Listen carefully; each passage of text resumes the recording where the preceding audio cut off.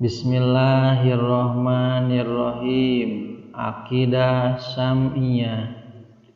Akidah cek ahli sunnah, tilu bagian tesalah. Nu kahiji uluhiyah, sifat-sifatna dat Allah.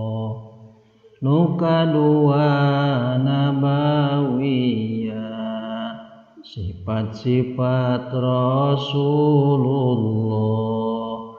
Nu katiluna sam'iyah, hasil pamireng ditelah.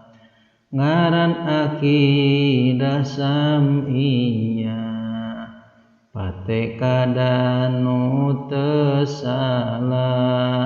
Dicandak tina pidawuh Quran sareng hadis sahih.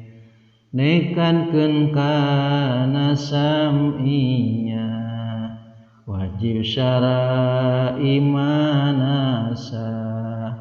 Hati-hati kade salah, pasti diganjar kabungan.